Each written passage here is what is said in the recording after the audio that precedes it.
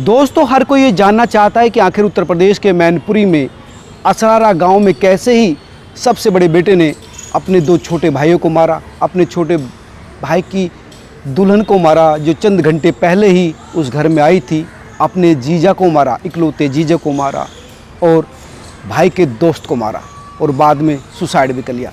आखिर क्या वजह थी इसके पीछे? आखिर क्यों वो इतना बड़ा खूंखार हत्यारा बन गया कि हर किसी को मारना चाहता था? 5 हत्याएं की थी और 5 और करने वाला था। आखिर क्या वजह थी? क्योंकि ये बहुत महत्वपूर्ण सवाल है, सोसाइटी के लहजे से भी और क्रिमिनल साइकोलॉजी के लहजे से भी।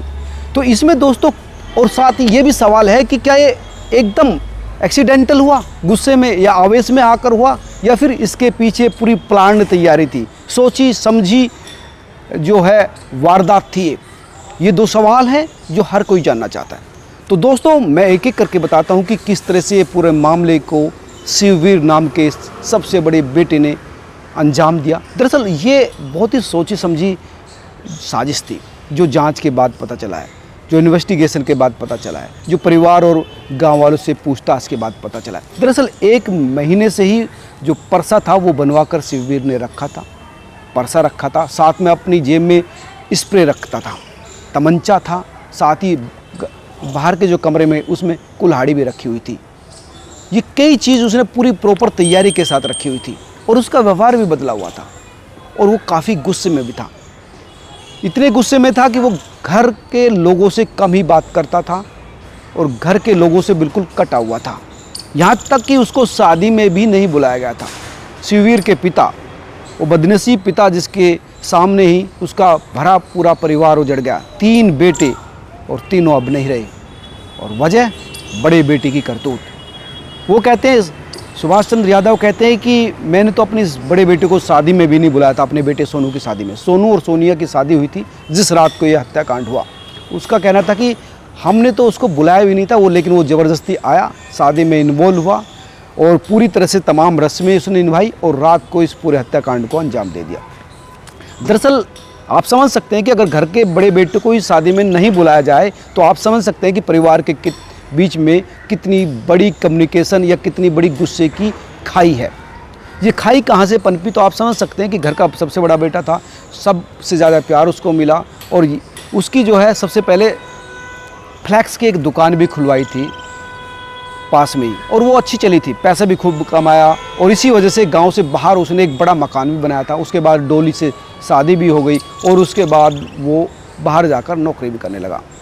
तमाम चीज़ें ठीक ठाक चल रही थी, लेकिन इसी दौरान घर बड़ा बनवाया, शादी की, तो काफ़ी पैसा उसके ऊपर कर्ज में हो गया और काम भी ढीला चलने लगा। काफ़ी कर्ज होने की वजह से वो घर से लगातार पैसे की मांग करता था, लेकिन घर वाले आनाकानी कर रहे थे, पैसे देने से इनकार कर रहे थे। वो कह रहे थे कि तुम्हारी शादी कर दी, तुम्हारा काम जमवा दिया, अब हमसे कोई मतलब मत रखो। उधर दोनों भाइयों का जो जिसकी हत्या की, जिसकी शादी थी, सोनू और एक भुल्लन जो सबसे छोटा भाई था, जिसका दोस्त शादी में आया हुआ था, दीपक, मतलब सोनू का दोस्त दीपक भी शादी में आया हुआ था, उसकी भी हत्या की।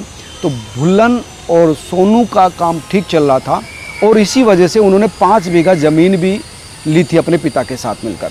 गांव में अच्छी ज़मीन थी, 5 बीघा ज़मीन ली, लेकिन इधर इसका हाथ तंग चल रहा था और इसी बात से वो गुस्से में था कि ये लोग पैसे इन्वेस्ट कर रहे हैं शादी में, ये इन्वेस्ट कर रहे हैं खेती में, लेकिन मेरे ऊपर जो कर्ज है उसको लेकर किसी को चिंता नहीं, उस पर कोई तवज्जो ही नहीं देना चाहता, क्योंकि उसका हाथ तंग चल रहा था, कर्ज था। तो इस वजह से वो डोली के साथ ही मार पिटाई करने लगता था।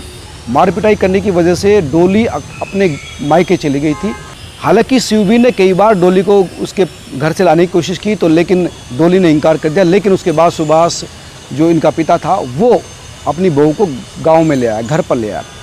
हालांकि उसके बाद भी शिववीर घर पर आया और कहा कि डोली को मेरे साथ भेज दो, तो शिववीर की माँ ने कहा कि नहीं, हम नहीं भेजेंगे, तुम उसके साथ मारपीट करते हो और यहाँ पर भी खाने वाला कोई नहीं। लेकिन उसके बाद भी वो अपने पास लेकर चला गया था। 3 महीने पहले ही उसके बच्चा हुआ था अभी।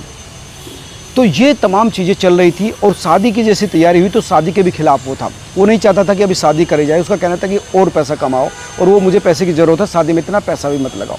तो इन तमाम चीज़ों को लेकर जो है शिववीर परिवार के साथ काफ़ी गुस्से में था और यही वो गुस्सा था जो उसको लगातार इस ओर ले गया वारदात। आप समझिए जो परिवार के लोग हैं, जो गांव के लोग कह रहे हैं कि वो बहुत ही जिद्दी था और असफल नहीं होना चाहता था, लेकिन कर्जे की वजह से, काम न चलने की वजह से वो असफलता की ओर चल रहा था। लगातार उसके पीछे जो जिन लोगों ने पैसा दे रखा था उसको वो मांग कर रहे थे और इसी वजह से तनाव में रहता था। और इसी वजह से लगभग 1 महीना पहले से जो सूत्र बता रहे हैं वो इस पूरे हत्याकांड की जो है साजिश रच रहा था। उसने फरसा बनाया, कुल्हाड़ी बाहर रखी, तमंचा उसके पास था, स्प्रे वो अपने साथ लेकर चलता था कि कहीं ऐसा ना हो कि अगर कोई जाग जाए या विरोध करे तो स्प्रे का इस्तेमाल करे। साथ ही उसने कोल्ड ड्रिंक में जो है नशा भी मिलाया था, यानी सब लोग गहरी नींद में सो जाए और तब वो इस हत्याकांड को अंजाम दे। शादी में जो उसकी बुआ पास के गांव में रहती है वो आई थी, तो उसका कहना था कि इस बार जो मैंने देखा शिववीर का जो है व्यवहार काफ़ी बदला हुआ था।